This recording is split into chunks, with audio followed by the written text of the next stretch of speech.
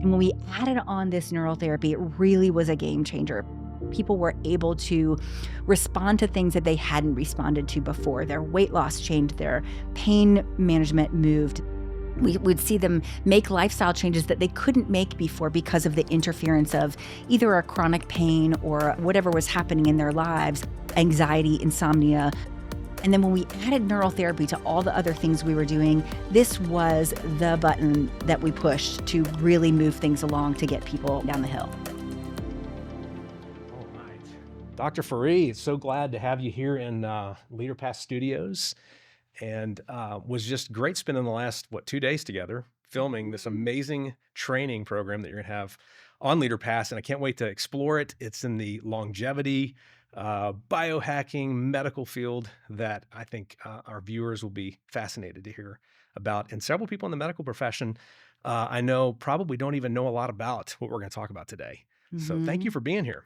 Thank you. This has been such a great couple of days. Your team is so amazing. Thank you. Wow, it's Thanks. been so professional and so comfortable. Good. That's our goal, just to make it a little easier than people walking under the lights and in front of cameras. It's not always easy. And even if you're a pro like you and you're used to speaking at workshops or on podcasts and you've done a bunch of them, it can still be kind of intimidating sometimes, especially with your vocabulary. We've been teasing, or the team's been teasing me about how many words I've tried to say. Hearing you say the words, I'm like, that's not a word. It reminds me of, have you seen Wicked, the new? Yes. So they invent these words throughout the show that you just kind of get cracked up. And I'm thinking, we don't know if what she's saying is real or not. You made it all up. Yes, yes. So let's talk about your background. You live here in Atlanta. I do. Tell me about your medical practice, how you got into medicine. So I was originally just a biology major, was thinking about what I was going to do, wasn't sure. And then I worked with an orthopedic surgeon. I took a job in his office just as an assistant over the summertime. I actually passed out the first time I ever gave a shot. So they had to make me a patient. I felt so bad. But that summer, I was able to watch this woman go from having debilitating osteoarthritis of her knees to then being able to climb her apple trees. This is rural Virginia where there were lots of apple orchards, and she owned one of the apple orchards. I was able to see her go from debilitating disease to able to climb her apple trees. And it was something like 10 days after her surgery that she was able to do that. So that just really laid on my heart as, wow, I want to be able to help get people back to doing what they love doing. That's amazing. So you were inspired to do that. How old were you whenever Absolutely. you did that? 20, 21. Okay. Do you have medicine in your background as far as family goes, or anybody? No. So I actually loved my biology professor when I was in college. I was at William & Mary, and this biology professor, we're in a class of 300 people. This is your regular 101 class. He actually remembered my name. He pointed me out. I'd scheduled an appointment like to go over an exam question or something. And he said, Suzanne, do we have an appointment at 11? And I went, wow, Really? do you Wow. really remember that? Oh my goodness. And so that was so impactful for me. You can imagine any teachers that would be doing something like that, wow, that's a big deal and for me now it's become who I am now because of that. That's amazing. And then you ended up at Emory. I did. And you practiced, was it family medicine when you first began your practice? Correct. That's my basic education is family medicine. So I'd seen 30 to 40 patients a day. That means I get about 7 to 10 minutes per patient. And, it was typical family practice. So we saw diabetes, heart disease, cancer, pancreatitis, all the things. And eventually, I think roughly 8 years ago, you decided to transition from that to this concierge thought process. For those people that don't know what that is, will you describe that and then why you did it? Sure. I felt like I couldn't get the time that I needed with the patients, and I was spending more and more time and getting more and more behind. And if I'm really trying to spend time with you and figure out what's really wrong, then I need to spend that extra amount of time, and I can't do that in 7 minutes or 10 minutes. I can really just say, "Oh, you have high blood pressure? Here's your high blood pressure medicine." I can't say, "Why do you have high blood pressure?" Mm, So it became really frustrating to me over time. And I realized I needed to do something to change the model that I was working with. So I was approached by several different companies to transition my practice from regular family medicine to a concierge model. And this one group was aligned with my values, and we made the transition. It took us about 3 months of working with patients and explaining everything we were doing. And then we finally went ahead and switched to this concierge model. So, what that means is patients will pay us an annual fee to be their provider, and we do a comprehensive annual exam along with covered with some other services that we do. So, it might be things like we might see them every 3 months to go over their lab tests, to hold them accountable to the things we talked about at the last visit. The idea for me is to no longer wait for a patient to get sick and show up at my door, but instead to preemptively see them every 3 months, prepare them for what the next season might hold, and then allow them to take the reins with their own health and be empowered to be well in everything that they do. So then the next time I see them, we're really just following up on how did that go? How did that go? How did that intervention? Tell me about your diet. Do we need to make a tweak in what's happening with your diet? Is there anything new that's happening that's particularly stressful, either emotionally or physically on your body? Are you noticing any new symptoms, any new problems? So it's almost a whole shift in healthcare altogether. First of all, I get to listen to everything that you have to say. mhm, I empower you to take charge of your own health. And then I also am not just waiting at the door for you to show up with a problem. yeah. I'm really realizing that health begins every single day. So you talked about a group helping you, transition from the traditional more to more concierge. Did you get enveloped into their group as one of their physicians, or were they strictly just a temporary bridge, or how'd that work? So it's interesting. I did interview several different companies, and there's lots of different options that are available out there, including doing this on my own, going concierge on my own. Mhm. But because I was seeing 30 to 40 patients a day, it really wasn't conducive to me doing the background work that I needed Yeah, to do to make that transition. right. So I needed to have conversations with individual patients. I needed to do some group meetings so that I could explain to everyone exactly what my purpose was, my intention was, because this was a relatively new concept back Oh, then. yeah, yeah. So I was speaking to all the people that came to me with options and had interviewed several of their competitors. So I would ask them, "Hey, who's your biggest competitor?" And then I would go interview them as well, Okay. and decided on a company that was really aligned with our vision and values. They did not take ownership of our practice like several of them do. This was a company that just really helped us with the transition. Okay. And then they also continued to support us in the aftermath of the transition. I say aftermath like it was bad. Things like if I really wanted to get a higher number of clients who were in their 40s, because before that I'd had a lot of patients that were in their 60s and 70s because of Medicare. And since I was getting rid of insurance, I wanted to move to a younger generation or population. So they supported me going into gyms and doing talks at gyms. It was amazing. I had a bunch of opportunities to go and speak to the attendees of these various gyms and talk to them. Just a very simple bioidentical hormone talk that I gave. The compounding pharmacy also helped with doing some of the promotions for those events, and they turned out really well. I had lots of patients come to me from that. That's awesome. Mhm. So just for to break it down, the big difference is you don't take insurance. I So do when you not. talk about, first of all, you're involved with the patient's life and their lifestyle, and get to the root causes, what you were talking about a second ago, but you're also not taking insurance. So what was that like? I mean, you had all the patients that have been with you probably trusted you as like, this is my doctor. Was there some resistance? Was it shock? How'd that happen? It was a challenge, Yeah. definitely, and I had a lot of tears and saying goodbye to some people who just said, "This isn't for me, Yeah. and it's not aligned with what I'm gonna do with my finances." Mm, One of the advantages is we had a lot of patients who that was their choice, they wanted to do this. Means they're people who are invested in their health. yeah. So I'm almost self-selecting patients who really are invested in their health and wellness, that really want to pursue that.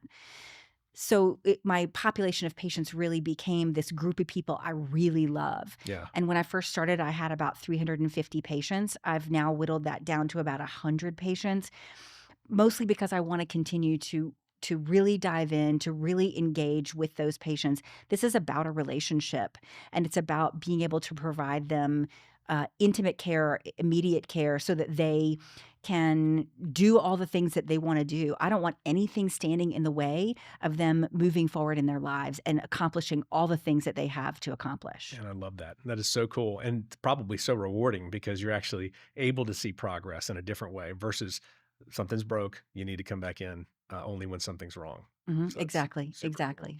So that brings us into 3 years ago. You were telling me that you heard about this different type of a therapy, but I want you to take me through right before this conference you went to. You were applying a lot of different methodologies from stem cell to just walk me through the things that you do with your patients. And then that moment when you heard and kind of discovered this neural therapy. Right. So I treat patients all the time with things like bioidentical hormones. And when I first started doing that, it made a big difference. I got a whole lot of patients better that weren't doing well. And then those patients continued to do fine. And then I added in peptide therapy, and then I added in regenerative therapies.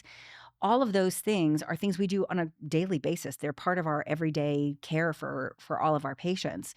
So was still a cadre of patients who did not get better despite doing bioidentical hormones and herbal therapies and lifestyle modification and regenerative therapies and peptides. They still had something that wasn't quite right. So we went ahead and I was at a conference about 3 years ago, and this other woman who was speaking at the conference with me said, "Hey, have you heard of neural therapy? Let me treat you," because I had an injury of my back at the time. Wow, it was so impactful, and I got so much better, and I said, "We have to learn how to do this." So we found a small course, we found a book that was available online. There's lots of research that's available in the German literature, so my team and I took the time to invest in the conversion of that into English and then doing that research on our own to realize this is a really valuable therapy. So we started in our practice with our existing patients saying, "Hey, there's this new thing. Do you wanna try it?" And most of our patients are used to that. When I come back from conferences, almost always I go, "Hey, I've got 3 new things I want you You'll to be try." my test case. Yes. Exactly, exactly. They're excited to be my Yeah. guinea pigs. And then when we added neural therapy, these are the patients who had some sort of underlying stressor that was always there, that was interfering with all of the other therapies we were doing working. And when we added on this neural therapy, it really was a game changer. People were able to respond to things that they hadn't responded to before. Their weight loss changed, their pain management moved, their we would see them make lifestyle changes that they couldn't make before because of the interference of either a chronic pain or a heart condition or whatever was happening in their lives, anxiety, insomnia. Those all were affecting their ability to move forward. And then when we added neural therapy to all the other things we were doing, this was the button that we pushed to really move things along to get people skating down the hill. And that aside from your own use case, was there a defining moment or a situation that you remember, okay, I'm going to try this on a patient who's not made full progress like you wanted him to, and you saw it happen and that was it? I think my favorite case is the one with the patient who had been agoraphobic for 14 years. That really made such an impact on me. She had some childhood trauma and some middle adult trauma involved with her job, and had been isolated into her home for 14 years prior to me seeing her for this. She had been my family medicine patient many years ago and then had dropped off and came back in as a concierge patient later on. And partly because she had been agoraphobic and could not leave. She couldn't drive herself to appointments. She couldn't work. So finally, she came and saw me as a patient, and we referred her out because at that time I wasn't actually doing them. There is a similar procedure called a stellate ganglion block that pain physicians will do. Okay. It's different. The process is different. The medications that are used are different, but the theories are similar. And there's some research in the literature about using this treatment. So I sent her to them. Well, she had 3 treatments with no response at all. And I said, "Will you please let me try just one time, try the method that we use in our office?" And after that one time, she was able to drive herself to the office for appointments. Wow. So she came back. I've seen her probably 20, maybe 30 treatments, and she's back to work. She is off of all of her narcotics and benzodiazepines. Mm. She's even started dating recently. So this is a big That's game changer huge. for this person. She's in her 60s and she's really just lost her 40s and 50s to this debilitating disease. And so this is where I see it be particularly beneficial, not only in chronic pain, but also in anxiety, insomnia, PTSD. That's enormous. And that you used the word trauma several times while I was watching you and we were doing the course and putting everything together. There's an association there. And you talk about interference. So can you walk the viewers through, just walk me through the how that works or what's happening in that moment? And you might want to begin with procaine Mhm. and describing what that is. But I really do want to zero in on that because that was fascinating when you Mhm. started Mhm. describing. So we use procaine placed. So this is what is neural therapy, right? Mhm. We use this procaine placed in specific areas that we know are damaged tissue, either because we know by history or because we presume based on the location of the symptoms. Okay. So we're placing this short acting local anesthetic.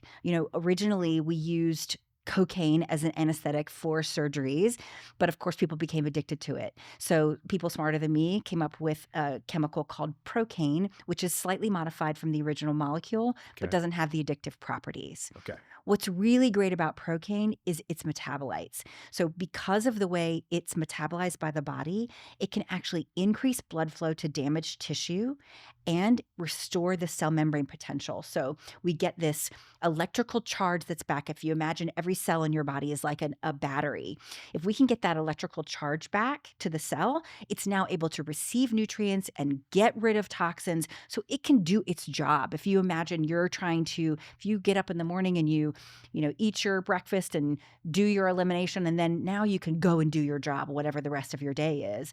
So that's sort of what we're trying to accomplish with this tissue. Now, one of the things that you ask about was how does trauma get stored in the tissue? So imagine you've had some sort of minor injury or maybe a surgical procedure, but let's say that surgical procedure goes badly. Let's say you had a complication after the surgery, like an infection, or let's say there was some sort of emotional trauma that went along with that surgical procedure afterward. A family member dies, or some sort of large trauma. That now gets stored in that tissue electrically. There's a decrease in blood supply. There is a change in the way that battery of the cell functions. So now all of the cells that are surrounding that area don't function as optimally as they could. They're still functioning, they're still doing okay, and there's lots of other cells around them to take up the slack, but there may be a persistent pain that's in that area.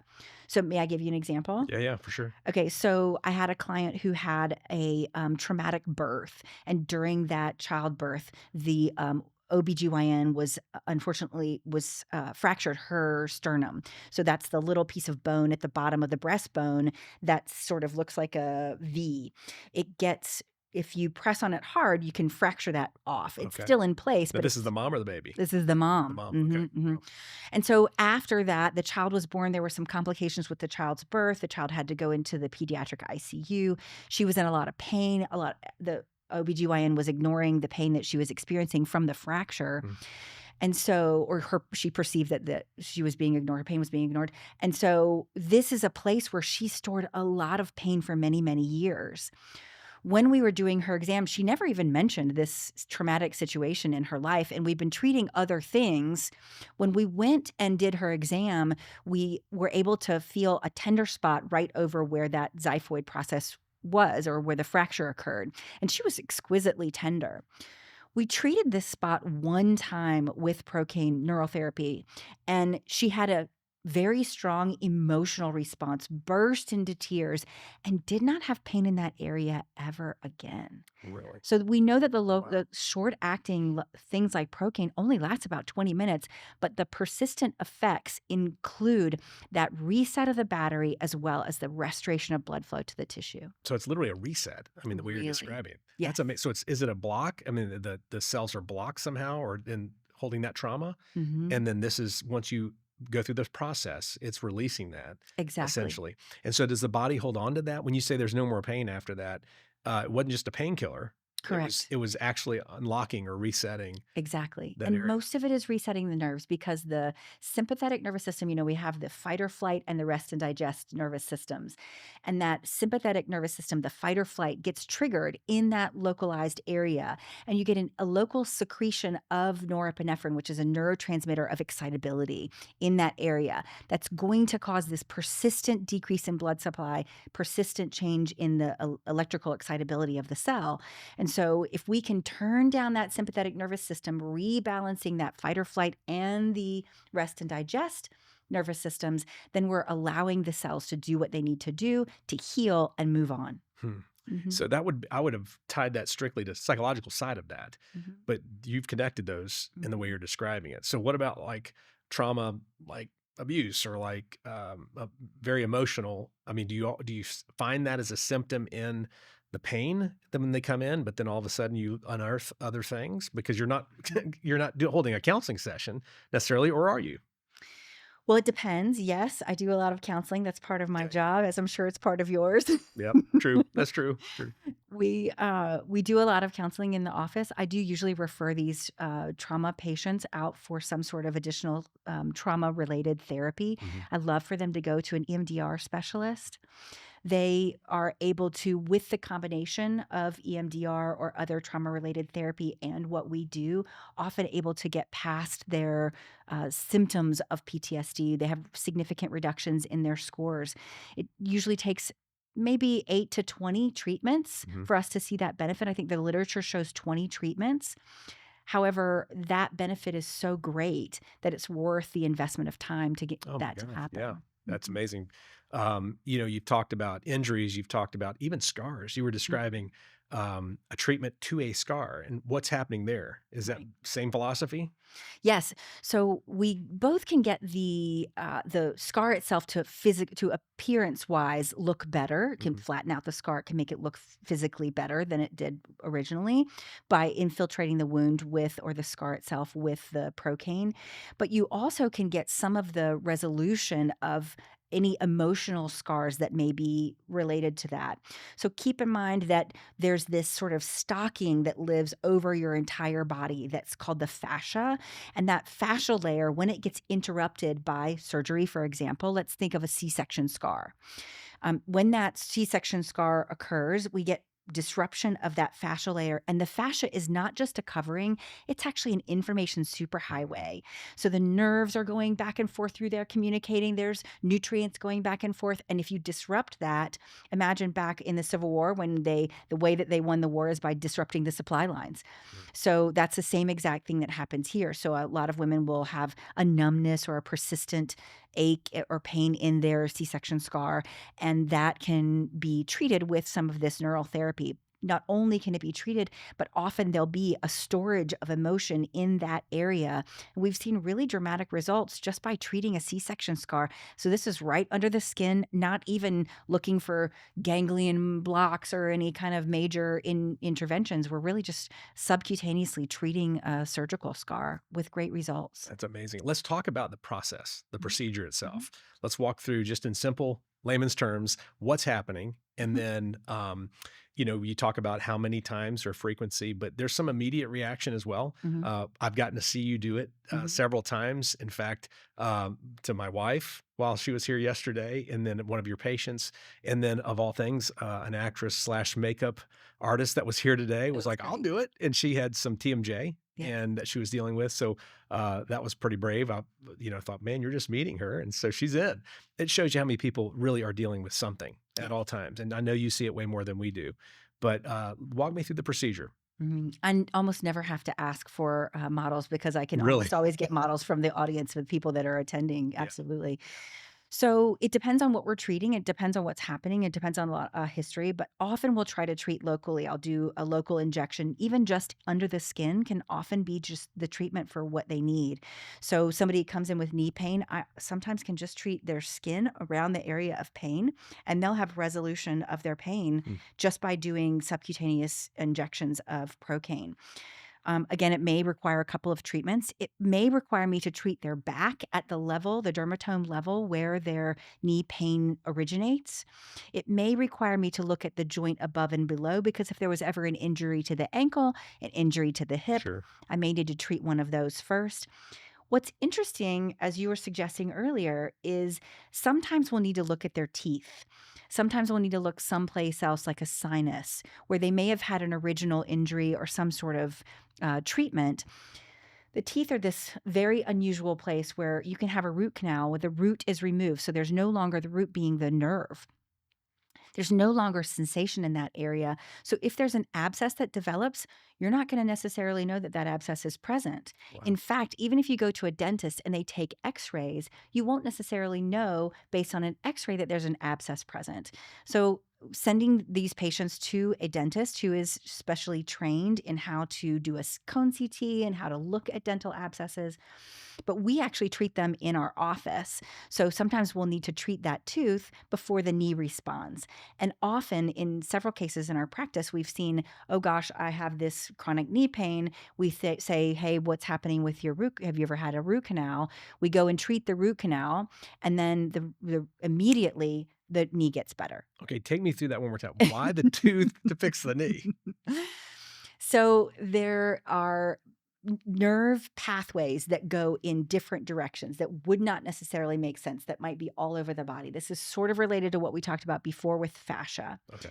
This is an inflammatory process where there is an excess of immune response in an area that's not subsiding. That excess immune response doesn't stay where it's located. It actually travels throughout the whole body and will find another place where maybe you had a minor trauma. It will then also settle in that place where you've had the minor trauma. So now you have dental plus this. And this won't go away until you fix this because they're related. That's It's crazy. looking for the other place where there's a weakness or a decrease in blood supply because that's where it wants to be. Yeah, it makes sense. Mhm. It reminds me of traditional Chinese medicine and meridians and the power behind that. And we've seen that. This you also mentioned the back, and you were walking through. I forget what you called it, but the T one through whatever. But how those are also affecting different parts of the body as well. So if you're treating one thing, you actually look there as well to do that. Right. Am I saying that right? Yes. Okay. We think about you listen so I'm an well. expert. Golly. Hand me the syringe. I'm ready to go. No. Everything comes from the brain. And then as it comes down the spinal cord and comes out to the body, think of it like sort of wrapping arms around your body. This is one of the ways the nerves go and travel as they come around your body. So it's not exactly level on. They sort of are more beautiful than that, more exquisite than that. And so your T spine, for example, is going to come around to the front. The middle T spine is going to come around where your belly button or umbilicus is. Your lower spine is going to actually go down into your feet. So as the spine goes down to the very bottom, where the coccyx is, the sit bones are, you're going to find that those nerves actually come out and go all the way down the legs in this sort of beautiful cascade. We know where those nerves tend to flow. So you can either treat at the toe or at which is particularly painful, or you can treat at the back level where the nerve originates and give that nerve that sort of irritation pause is what we call it. Just a subtle pause long enough for the parasympathetic or the other nervous system to kick in and allow for that calming of the intense excitability. Yeah. And I know you talked about I've heard you say it a couple over the last few days, you can have an emotional response. Mhm. There's also, as someone's going through this, and it doesn't take long, for there to be a real sense of calm Mhm. and almost a euphoria as they're going through it. Why do you feel like that's happening? So this is being taken up by the nerves. It's going to the brain by the vagus nerve. You're getting that super calm feeling. The sympathetic nervous system is being turned down. The expression of norepinephrine, which is an excitatory neurotransmitter, is being turned down. So patients are getting that parasympathetic or calm rest and digest nervous system all kicking into their system. Mm. This is really lovely. And most of us, especially since the big pandemic a few years ago, most of us live in a sympathetic dominant state. We know lots of research is coming out recently about this sympathetic dominant state and this sympathetic hyperactivity being the cause of a lot of chronic diseases like heart disease, like liver disease, like kidney failure. All of those are starting to be associated with the predecessor of sympathetic dominance. Mm, Mhm. okay. Fight or flight response. The fight or flight, yep. And we talked a lot about vagus nerve and what that is. Can you describe that for people that don't know what that is? Sure. And then I want to ask you a question about that because I watched you with Amy yesterday, uh, in that area, in that region as well. So, So this is the information superhighway that goes from the brain to the intestines back and forth.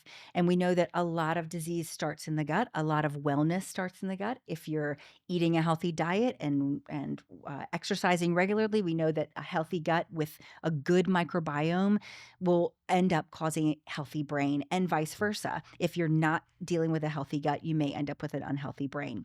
We also know with things like traumatic brain injury that traumatic brain injury can end up affecting the way the gut functions. We will change the bugs in your gut just based on the fact that you just had a traumatic brain injury. That is wow, mind-boggling to that me. is, And so the means of communication between these two is that vagus nerve. yeah. So the vagus nerve is the parasympathetic nervous system's superhighway to communicate between the brain and the gut.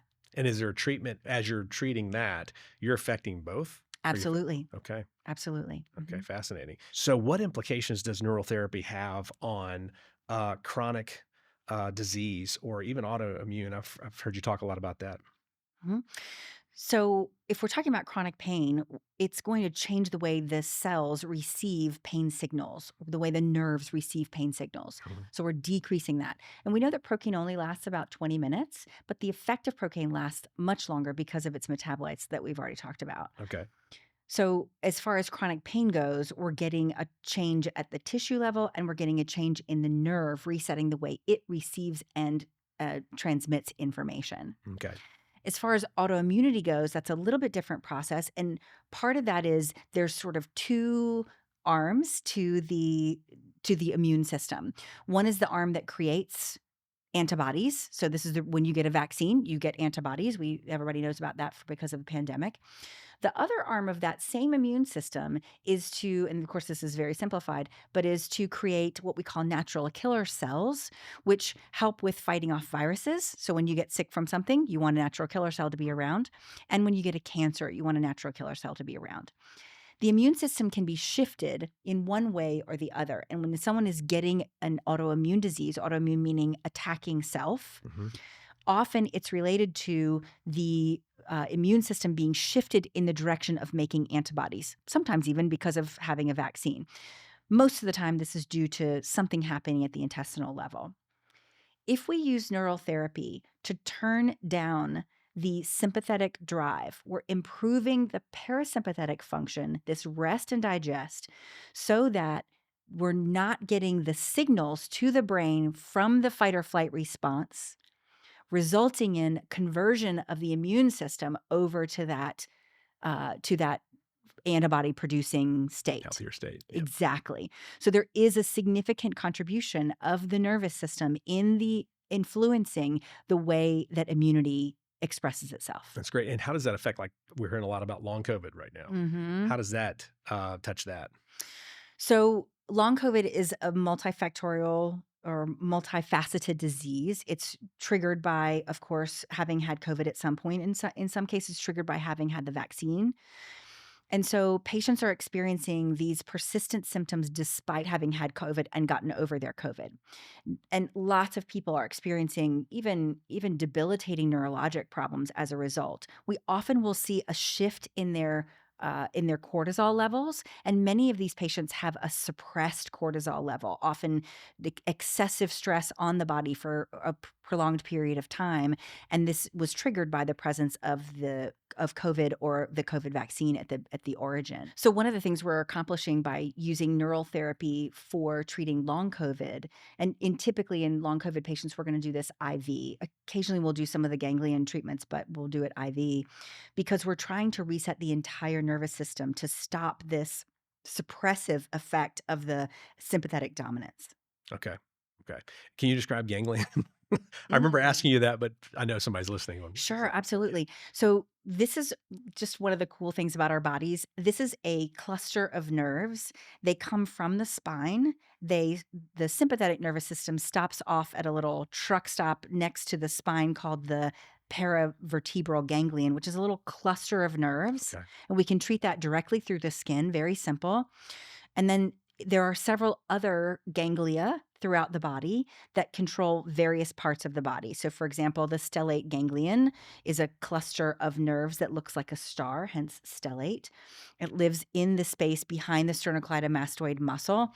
And this controls pretty much everything from the top of the head to the top of the diaphragm. Okay. Mhm. Okay. Now, when we talk about the nerve and the nerve clusters like that, is this neural therapy can affect even a treatment with shingles? You know, that's what comes to mind once you start talking about nerves. Had friends, family that have dealt with that. Absolutely. We just had a case of a patient who experienced a lot of relief with both IV systemic and localized neural therapy. So we treated her at the levels, the dermatome levels where the nerve was clearly affected. So she had a swath of rash around her side, as I'm sure many people have experienced this painful red rash that occurs in a stripe across the body. We treated that area in the spine where we knew it was originating. And then we also gave her IV therapy. So we're just resetting the entire sympathetic nervous system, but also, or autonomic nervous system, but also specifically treating the areas where the virus has been activated. We know that procaine can be a little bit antimicrobial as well, so it probably has some direct effects against the virus itself. I'm going to ask you one more layperson question. When I think of procaine, I think of the cane family, and I think about how going to the dentist, my wife metabolizes that very quickly. You talked about how that's a good thing with this. Why is that a good thing with procaine? Because you said it's got a basically a 20-minute um, life, so to speak. And then from then on, your cells, I guess, are taking over or are responding to that. So that's not a bad thing when you look at the quickness. Absolutely. And a lot of the facilities that do stellate ganglion therapy right now will use a long-acting treatment like ropivacaine because they want to see the effects last a really long time, and they don't wanna have to retreat. Mm, In my understanding, in my world, what we do is treat once a week to sort of just irritation pause that sympathetic nervous system. I don't wanna turn the whole thing completely off. I want to reestablish a balance between the 2. I'm not trying to shut down and strong arm the sympathetic nervous system. No more of you, because there's occasions when we need to have the sympathetic nervous system active. But I want there to be a restoration of the balance between the 2 and just sort of gently saying, "Okay, it's all right. Calm down," with a light weekly treatment. The treatments only last about 20 minutes. And the advantage to that is we're not strong arming. I'm not trying to shut it completely down. I'm allowing your body to respond in a sympathetic manner if it needs to an infection, for example. Let's say I treat you on a Monday and on Wednesday you get exposed to, whatever virus du jour is going around. I want you to be able to respond to that effectively. right. And I don't want you to have no response, no sympathetic response to an invader, for example. Mhm. But I do want to turn that down so you get the chance to have that rest and feel what the parasympathetic nervous system actually feels like so we can restore that balance. So will just thinking about this process again, will most viewers be able to go to their doctor and say, "Hey, I want to do neural therapy." Is this a common thing yet? I know that's part of your mission and what you're doing, which I want to talk about. But what can patients out there expect right now? Is it received well by the community, or is it you're gonna have to find one of your own doctors like yourself who is in that mode? Let's say. Well, procaine is a familiar chemical to most physicians. Most of us know it as Novocaine. The Mhm. difference with Novocaine is it contains some toxic chemicals that may not be desirable for us to use, particularly if we're trying to reset the tissues, reset the nerves. I don't want to introduce anything that may contribute to the problem in the first place. Mm. So I'm getting most of my Procaine from a compounding pharmacy, and a lot of doctors, like your usual primary care doctor, isn't going to know, maybe not know what a compounding pharmacy is, but at very minimum isn't going to prescribe it from a compounding pharmacy. therapy. Okay. We're using the preservative-free procaine that we get from a compounding pharmacy. And most of the time, they're not going to do these stellate infiltrations, the ganglion infiltrations. They're also not going to do the skin treatments, mostly because this is a relatively not well-known Yeah. treatment. And Yeah. so part of our interest is in spreading the word about getting this to be a better known treatment. Yep. So let's talk about on that note, what you did, because what you've done over the last few days with us is take everything you've studied and learned and practiced with amazing case studies. We were just counting them up going, oh my gosh, these are amazing that you've helped people from a number. I mean, I can't even remember all of the different ailments and illnesses that they had. But your mission right now is to help get the word out on how to do this too. So it's not just, hey, this exists. You went through technique and right way and the wrong way from a physician's perspective. So that's part of what you just did was built this entire training program for the practitioner. Exactly. So I've done thousands of these treatments of our patients, and I can say thousands, even though I told you earlier I only have 100 patients, because many patients have had multiple Sure. treatments. And so we've done, or they've had several treatments on the same person on the same day. We've done thousands of these procedures, and I have seen them be super effective. So the goal is to be able to reach a wider population of patients. I can only see so many patients every day. Right. And so my goal is to get this treatment out there, and particularly the treatment that we do, because I feel like what we do is impactful because of how we do it. We do a therapeutic stellate infiltration. This is very different than the standard American stellate block. We combine it with lots of other modalities around the body, both local injections and regional injections, as well as IV therapy, to accomplish what we're trying to accomplish as far as getting the patient back to full function and whatever their goal is in activity. Which is great. And I love even when you're describing it, I remember watching you do this and I thought part of what you're teaching is how to care for that patient while it's happening. Because if someone's listening to this, they're thinking, how many needles, how many times are you going to do this? But the way you do it is very sensitive to the person and who they are. In fact, I don't want to leave without asking about the tip of getting your mind to shut down or to stop. Let's talk about that for 2 seconds because I thought about it last night. We got to stop on our way home to get this. But there was a method that you use whenever you're helping people prepare for this and Mhm. also deal with that initial pain or worry. Right. Well, as they're coming in the office, a lot of times they are concerned. And so there are things that we do to help mitigate some of that anxiety as they come in the office. One of the things we talked about is this over the counter called L-theanine. This is an amino acid that really can help sort of quiet that storm of conversation that's going on in your brain all the time.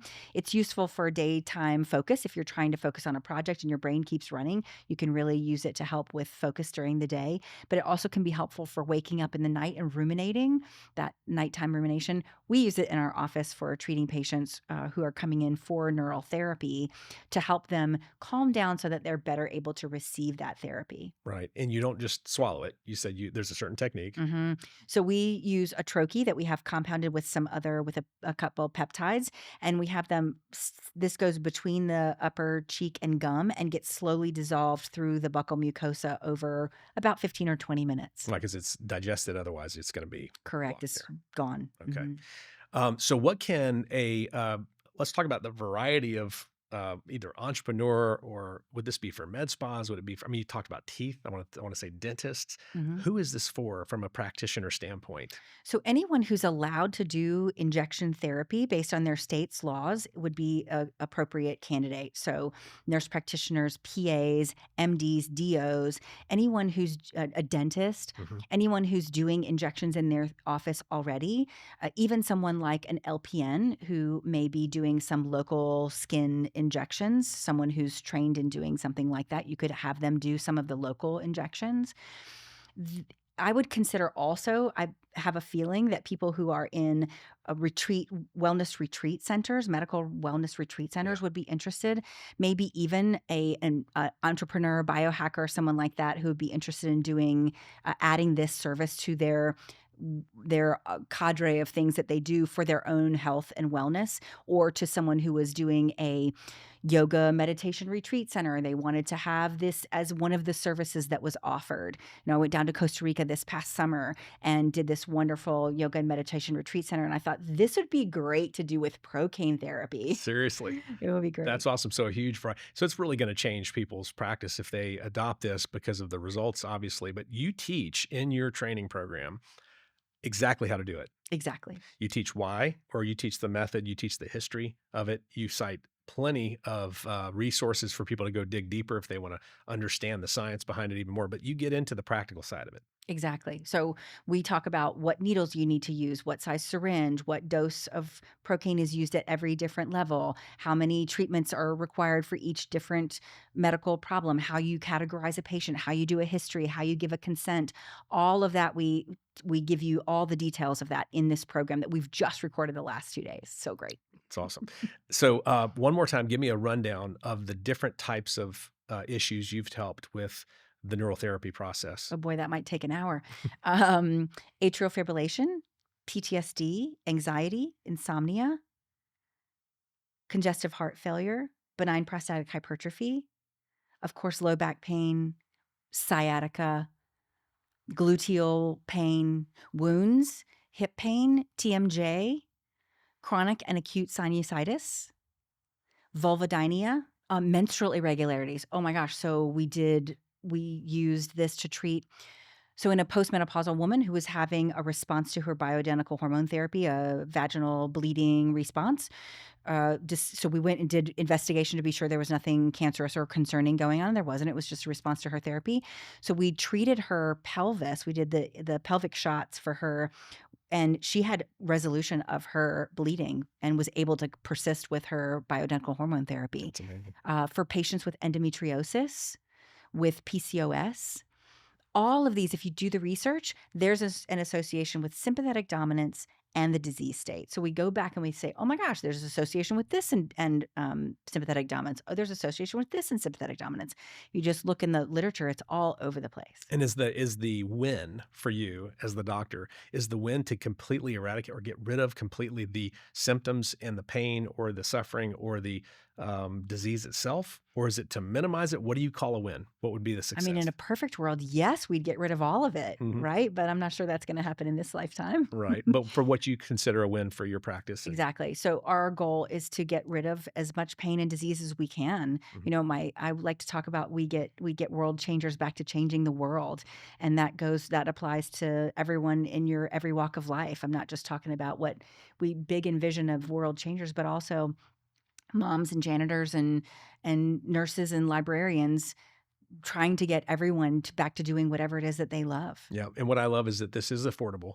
Mhm. It is not covered by insurance, Correct. but it is an affordable treatment. And especially, I like the way you put it. It's like if it takes 18 or 20 times, but you get rid of that, that's the win. I mean, who Exactly. cares? You got rid of it. So let's talk about, entrepreneurs, business people, go-getters that we probably both know.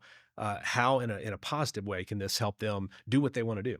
Mhm. Change the world like you talked That about. Yeah. that is one of the things that's so exciting to me. So when these clients come into my office and they start telling me their story about what they're passionate about, we have this one client she's an international, has a business that's international, and one of the things that she does that gives her tremendous amount of passion is helping women, small business women, grow their small business in a way that is sustainable and that is good for the environment and that is good for their families. These are women who suffered the loss of a spouse or the absence of spouses availability due to HIV or war or Mm. those sort of terrible things, famine. And so she's going into these areas and helping these women establish businesses that are successful.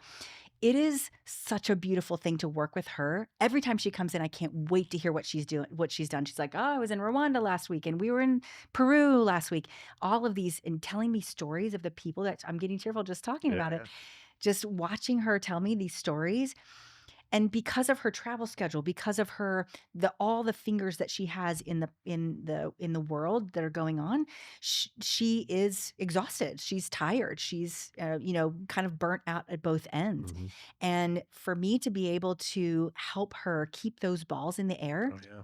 She comes in to see me on a periodic basis, and we just reset her nervous system, and she's able to get back and do it I again. love it. To know that what I'm doing has that little effect to be able to allow her to get back to doing what she's passionate about, Mhm. but not only that it gives her passion, but also contributes to the world, and the ripple Oh, it's effect of impacting. that Oh, yeah. Yeah. is so powerful for me. That's one of the reasons why this has been such an impactful treatment and why I'm so excited to share it with everyone. What do you see in the future? Where do you see this heading? I know you're doing a workshop coming in the next several months where people can actually come in for hands-on side of it. Exactly, exactly. So we'll have module 1 on February 7th, and then module 2 will be in July, Mhm. and we're excited about bringing both of those to the clients who are gonna come and attend those conferences. We're looking forward to some way to bring this out to the world, either in a franchise model or in a retail space where we can put patients in through this treatment where they're gonna get better.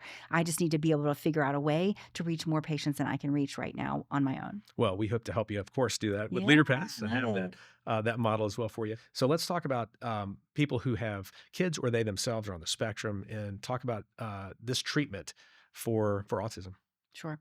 There isn't a lot of research in using this to treat autism. What we know is that vagal nerve stimulation, meaning enhancing the ability of the parasympathetic nervous system to function in a patient who has autism, is going to improve their symptom scores. So their acting out, their lack of focus, all of the things that we associate with autism, they're going to have those mitigated or significantly improved by having higher vagal nerve tone. And one of the ways we can do that is by turning down that parasympathetic nervous system with procaine therapy. We have a patient in our practice that we treat with IVs, and he's had some really great responses to this, has been able to go and use a dictation service to do a lot of the things where he's been nonverbal for a long time, and is actually able to use this dictation service to communicate with his family where he hasn't been able to do that before. That's awesome. So really exciting. We'll take small wins if we have everywhere we can. Heck yeah. Dementia, Alzheimer's, Parkinson's. Are you seeing any progress in any patients with those? So one of the problems with those diseases once they start is the disease process is already happening. So have I seen them slow down or halt at their level where they are when they arrive to our practice? Absolutely. Reversing those diseases once they start is really difficult. So this is one of the reasons I really like the whole process of concierge medicine, bringing the patient in every 3 months. Where do we need to intervene? Are there toxins in your life? Are there lifestyle changes that need to be made? Is there anything we need to adjust so that you are on the road to as much health and wellness as you can have throughout the rest of your Because life? you're stacking the deck with that, with food, with the lifestyle practices, with exercise, the things that I know are a big part of your practice in Right. general. We have a dietitian in our office that does all that with us. That's awesome.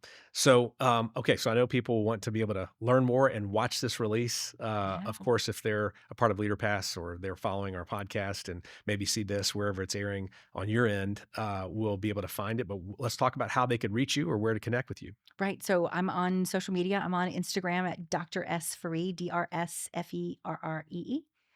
And I'm on YouTube. I have a YouTube channel that's cellular, Dr. S hyphen cellular hyphen medicine. Okay, and we'll link to that in Mhm. in the bio and the description. But man, we're excited. We want you back. Want to do more Thank with you. you. I love what you're doing. It's super exciting, and I know a lot of people that are going to be hearing this and watching this will say, "How do I get my doctor connected to learn more?" So I'm sure we'll want to plug them in where we see that opportunity. But thank you for being here. Thank you so much, Jamie. It's been such a pleasure to work with your team. Such a professional, amazing experience the last couple of days. Awesome. Bye.